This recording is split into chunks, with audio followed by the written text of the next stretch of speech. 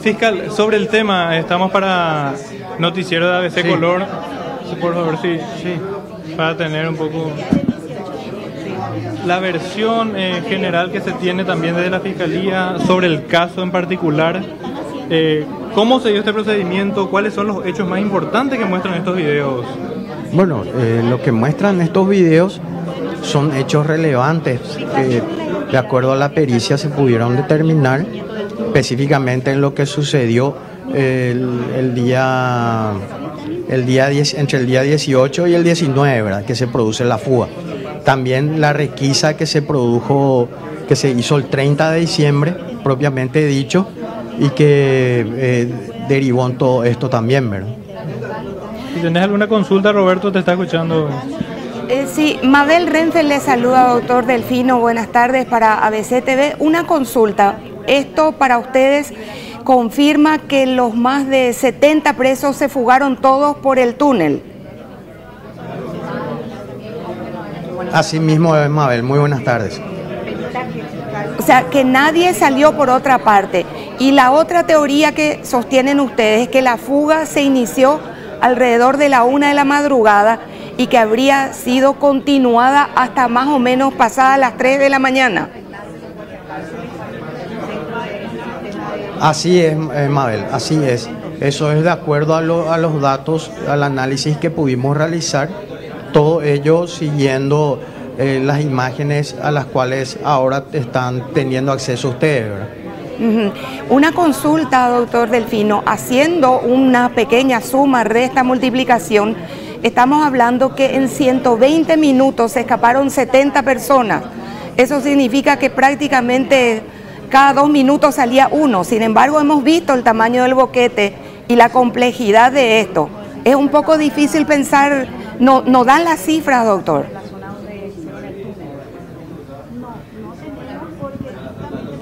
¿En qué sentido, Mabel? No estoy entendiendo tu consulta. Y que fueron 2 horas las que tuvieron para escaparse, entre la 1 y las 3 de la mañana. Eso nos da una sumatoria de 120 minutos. Son más de 70 presos. En 120 minutos se escaparon más de 70 presos. Bueno, las 3 de la mañana es un horario establecido, ¿verdad? También podemos eso ampliarlo hasta las 4:16 aproximadamente, en donde recibe una llamada bastante llamativa, por decirlo así, valga la redundancia, uno de los guardiacárceles, y ahí da aviso, ¿verdad? Son hechos que nosotros establecemos presunciones, Mabel, con respecto a esto, porque no tenemos un registro gráfico de la salida desde el penal y, por decirlo así, la llegada de estas personas a la vía pública para posteriormente obtener su libertad. Claro, le explico un poquito mejor lo que yo estoy diciendo. En 2 horas son 120 minutos. Tenemos 70 presos.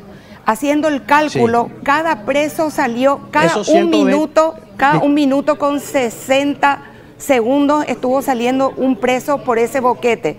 Lo que creo es, lo que le estoy diciendo es que cuesta pensar que sin interrupción estuvo saliendo y utilizando 1 minuto con 70 cada uno de los presos para salir.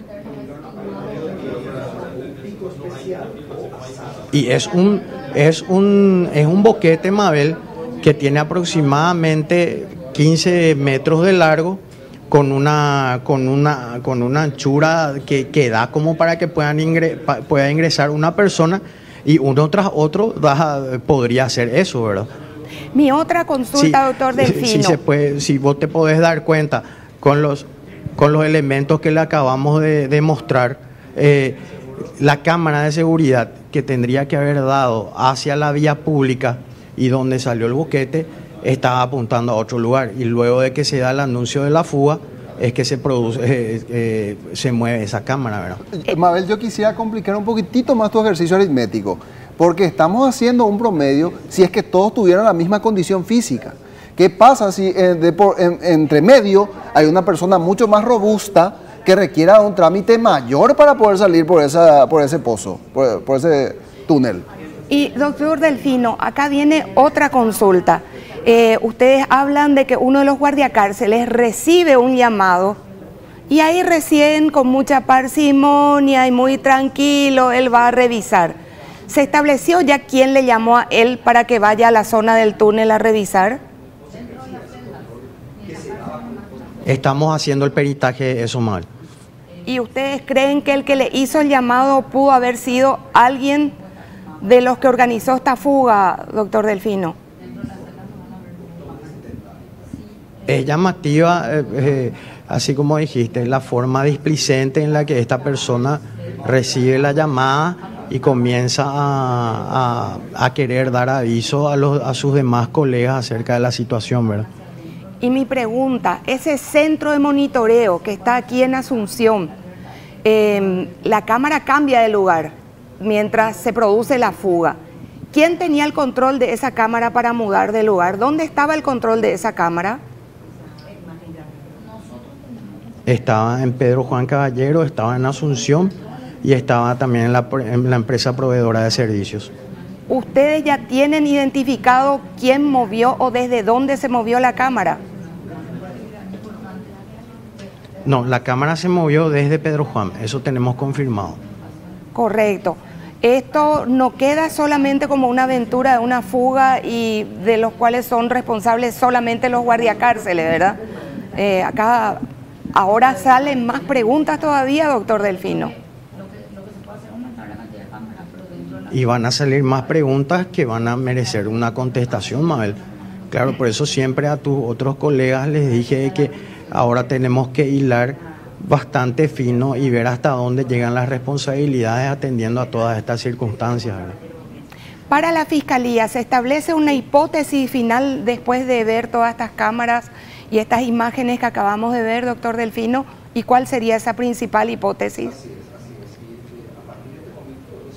La hipótesis final, Mabel, recién vamos a poder darla al momento que presentemos nuestra acusación fiscal, el cual es recién en julio de este año, Mabel, ¿verdad? Estamos trabajando, como te dije, descartando responsabilidades, confirmando responsabilidades y viendo quiénes más serían responsables de este hecho.